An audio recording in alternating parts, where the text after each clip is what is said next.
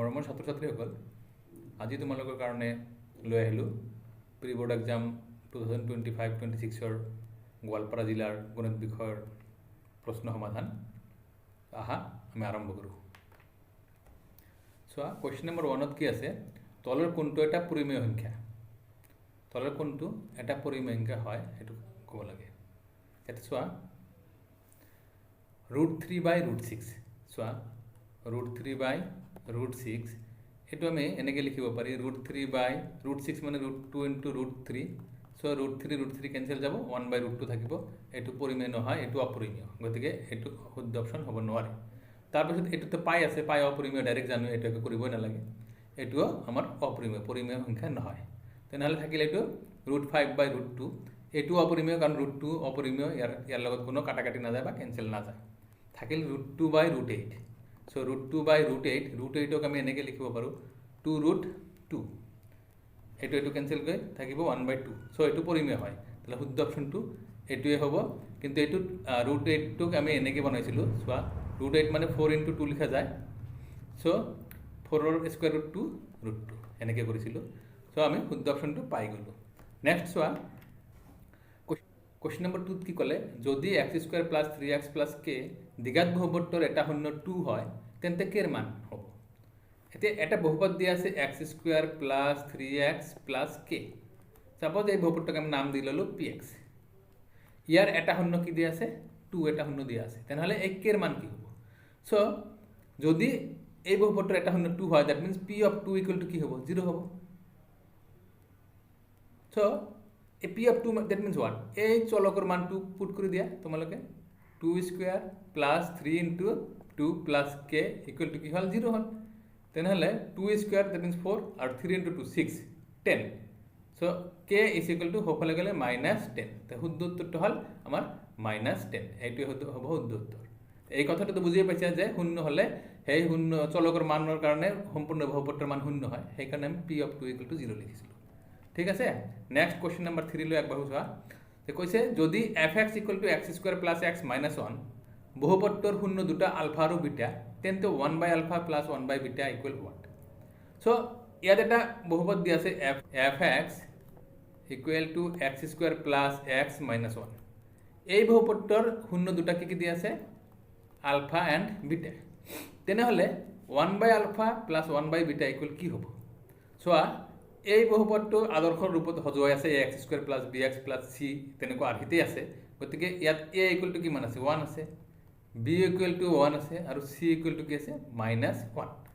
চ' আমি কি জানো? দুটা শূন্য জনা থাকিলে আলফা প্লাছ বিটা শূন্য দুটাৰ যোগফল = -b/a। So' -1/1 that means -1/1। চ' -1 আৰু শূন্য দুটাৰ গুণফল দ্যাট মিন্স আলফা বিটা = কি হ'ব? সেইটোও -1/1। চ' -1। এতিয়া আমাক কি লাগে? যে 1/α + 1/β লাগে।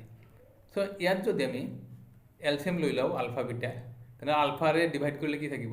আলফা কেঞ্চেল যাব, থাকিব বিটা। চ' বিটা, ইয়াত বিটা কেঞ্চেল যাব, থাকিব আলফা। চ'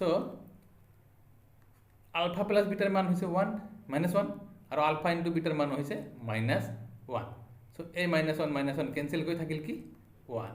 তেনেহ'লে আমাৰ 1/α + 1/β ভেলু হৈ যাব আমাৰ কিমান? 1 হৈ গ'ল। কুৱেশ্যন নম্বৰ 4 চোৱা। এতিয়া দুটা সমীকৰণ x + 3y = 0 আৰু 2x - 3y = 0 এ কটাকটি কৰা বিন্দু দুটা হ'ল। চ' দুটা সমীকৰণ দিয়া আছে। এটা দিয়া আছে x + 3y = 0 আৰু এটা দিয়া আছে 2x - 3y = 0। এই দুটা সমীকৰণ দিয়া আছে, number 1 and number 2। Suppose number নিদিলেও হ'ব। চ' এতিয়া ইয়াৰ কটাকটি কৰা বিন্দুটো দ্যাট মিন্স ইয়াৰ সমাধান অলৰেডি। কটাকটি কৰা বিন্দুটো মানে ইয়াৰ সমাধান। চ' যদি আমি প্লাছ কৰি দিওঁ, চোৱা 3y আৰু -3y এইটো কেঞ্চেল যাব। ইয়াত কি হ'ব? x আৰু 2x দ্যাট মিন্স 3x থাকিব, আৰু এইটোতো কেঞ্চেলেই হ'ল, হ'ল 0। তেনেহ'লে x = 0/3 দ্যাট মিন্স 0। এবার 1ত যদি আমি 0 পুট করে দিই, চোৱা x এর value 0 plus 3y = 0। So 3y is also equal to 0 হল, that means y equal to 0। So কটাকাটি করা বিন্দুটা হল 0,0 অর্থাৎ মূল বিন্দুতেই এই তোমার সমীকরণ দুটার লেগ দুটাই কটাকাটি করিব। সো 0 0 অপশন কত আছে ডি আছে। সো অপশন ডি হব আমার শুদ্ধ উত্তর। এবার কৈছে কোশ্চেন নাম্বার 5 যদি 3x - y + 8 = 0 আৰু 6x - py + 16 = 0 সমীকৰণবোৰৰ লেগ দুডাল মিলি যায় পিৰ মান হ'ব। তাৰ মানে এই দুটা সমীকৰণৰ এইটো এটা সমীকৰণ আৰু এইটো এটা সমীকৰণ দিয়া আছে যে এইটো আৰু এইটো এই সমীকৰণ দুটাৰ লেগ দুডাল মিলি যায়। চোৱা এই দুটা হৈছে দুডাল আমাৰ কি ৰৈখিক সমীকৰণ দুটা। ইয়াৰ ৰৈখিক সমীকৰণ আমাৰ কি থাকে a1x + b1y + c1। তার মানে a1 এর মান হল 3, b1 এর মান হব -1 আর c1 হব 8। ইয়াত হব a2 হব 6, b2 হব -p আর c2 হব তোমার 16। তো যদি মিলি যায় মিলি গলে আমার কি হয় a1/a2 =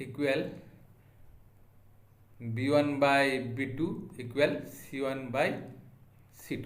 এইটো আমি জানোৱে যে যদি সমীকরণ লেগ দুডাল মিলি যায় তাহলে a1/e2 = b1/b2 = c1/c2 হয়।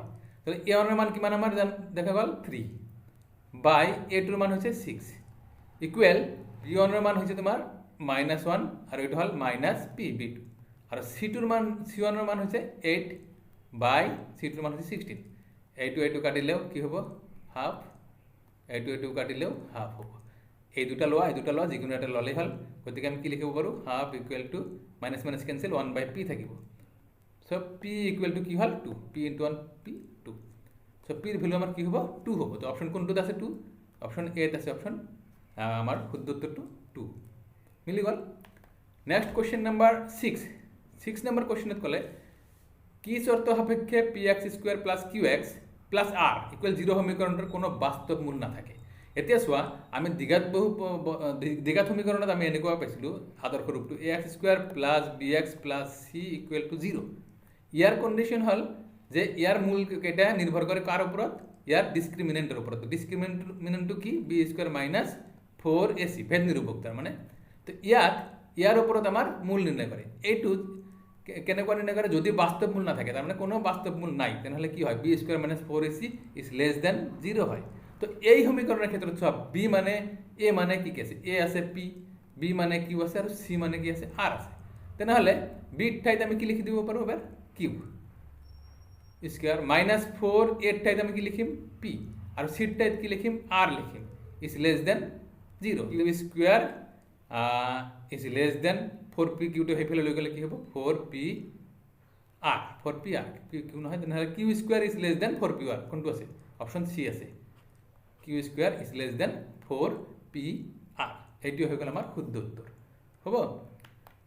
নেক্সট কোশ্চেন নাম্বাৰ 7 কৈছে যে c এৰ কি মানৰ বাবে ax² + 2bx + c = 0 সমীকৰণৰ মূল দুটা সমান হ'ব। তো চোৱা ax² + 2bx + c = 0 এইটো সমীকৰণ দিয়া আছে। ইয়াৰ মূল দুটা সমান হ'ব লাগিলে চোৱা আমি মূল দুটা সমান হয় কেতিয়া যে b² - 4ac = 0 হলে মূল দুটা বাস্তব আৰু সমান হয়। ইয়াত b ৰ ঠাইত কি আছে চোৱা b ৰ ঠাইত আছে আমাৰ 2b। তেনেহলে আমি কি লিখিব লাগিব 2b স্কয়াৰ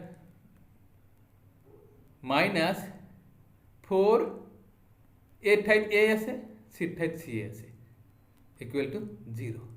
তেনেহলে চোৱা এটো হ'ব 4b² - 4ac = 0। তেনেহলে এটো আমি 4b² টো রাখি দিও আর 4ac টো যদি হফালে লৈ যাও তেনেহলে কি হৈ যাব প্লাস আমার কি লাগে কার মান লাগে c ৰ মান লাগে। তেনেহলে হেইফালে c টো রাখি দিয়া তেনেহলে 4b² - 4a টো তলত লৈ আহিলো থাকিল হফালে c। তাহলে 4 4 কাটি দিয়া যায় তেনেহলে আমি কি পালো c = b²/a পালো। তো অপশন যদি আছে হেতু অপশন এ টুতে আছে b²/a তাহলে এটাই হবে আমার শুদ্ধ উত্তর হৈ গল। নেক্সট কোশ্চেনটো চোৱা নেক্সট কোশ্চেনটো পঢ়ি লোৱা কি কৈছে যে যদি এটা সমান্তৰ প্ৰগতিৰ এন্তম পথটো 3n + 7 তেন্তে সাধাৰণ অন্তৰ চোৱা এন্তম পথ that means an = 3n + 7 an equal to কি দিয়ে আছে 3n প্লাস 7 দিয়ে আছে therefore a1 equal to কি হ'ব তার মানে প্রথম পদটো n এর জায়গায় আমি কি লিখিলো 1 তাহলে 3 into 1 plus 7 so 3 on jar 3 plus 7 that means 10 a2 কি হ'ব 3 into 2 plus 7 so 6 plus 7 that means 13 therefore d সাধারণ অন্তরকে আমি d রে বুঝাও d আমি কেনে কি হলো পিছৰ পদটোৰ পৰা আগৰ পদটো মাইনাস কৰি so a2 minus a1 কৰিলে হল so 13 minus 10 so কি হল 3 আমার সাধারণ অন্তর হ'ব 3 অপশন বি সাধারণ অন্তর 3 তো কোশ্চেন নাম্বার 9 কলে এটা সমান্তর প্রগতিত থকা তিনিটা সংখ্যাৰ সমষ্টি 45 তলত কোনটো সমান্তৰ প্ৰগতিৰ মধ্যপদ হ'ব সোয়া যে এটা সমান্তৰ প্ৰগতিত থকা তিনিটা পদৰ কথা কৈছে তিনিটা পদ আমি সাপোজ ভাবি ললো x y z এই তিনিটা পদ আমাৰ সমান্তৰ প্ৰগতিত আছে ইয়াৰ মাজৰ পদটো ওলাব লাগে দ্যাট মিন্স এই y টো ওলাব লাগে এই y টো ওলাব লাগে সো আমি মাজৰ পদটো কেনেকৈ ওলাইছিলো মধ্যপদটো সমান্তৰ প্ৰগতিত যদি তিনটা পদ ক্ৰমিক পদ হয় তাহলে হেখৰ দুটা যোগ কৰি তাৰ মানে এই ফালৰ দুটা যোগ কৰি সো x + z ডিভাইডেড বাই 2 কৰিলে মাজৰ পদটো ওলাইছিল এইটো আমাৰ সমান্তৰ প্ৰগতিৰ সমান্তৰ মধ্য ওলোৱাৰ নিয়মে আছিল আৰু ইয়াত প্ৰশ্নত কৈছে যে এই পদ তিনিটাৰ সমষ্টি হৈছে 45 সো x + y + z = তেনেহলে কি হ'ব 45 ইয়াৰ পৰা আমি যদি x + z ৰাখি দিও তেনেহলে কি থাকিব 45 - y আৰু আগৰ দিনটো আমাৰ নিয়মত পাইছিল ইয়াৰ পৰা আমি x + z বজ্ৰ পূৰণ কৰি দিয়া এফালে আৰু 2 * y হৈ গল তেনেহলে এই x + z আৰু এই x + z তো সমান তেনেহলে কি থাকিল অতএব আমি কি ক'ব পাৰো হফালৰখিনি সমান 2y = 45 - y সো -y তো বাওফালে আনিলে কি হ'ব প্লাস হ'ব সো 2y প্লাস আৰু এটা y হলে কি হ'ব 3y = 45 সো এবাৰ y ৰাখিলো 3 টো হেফালে গলে ডিভাইড হ'ব সো 45 ক 3 ৰে ডিভাইড কৰিলে 15 সো হৈ গল আমাৰ 15 মাজৰ পদটো কিমান হ'ব 15 হ'ব তে অপশন বি শুদ্ধ আমাৰ হৈ গল সো এবাৰ কোশ্চেন নাম্বাৰ 10 কোশ্চেন নাম্বাৰ 10 নত কি কৈছে PQR সমদ্বিবাহু ত্ৰিভুজৰ PQ = PR = 45 cm আৰু QR = 72 cm PN ভূমি QR ৰ মধ্যমা তেন্তে PN ৰ দিক হ'ব সোয়া কৈছে যে PQR এটা সমদ্বিবাহু ত্রিভুজ আছে PQR এটা সমদ্বিবাহু ত্রিভুজ যার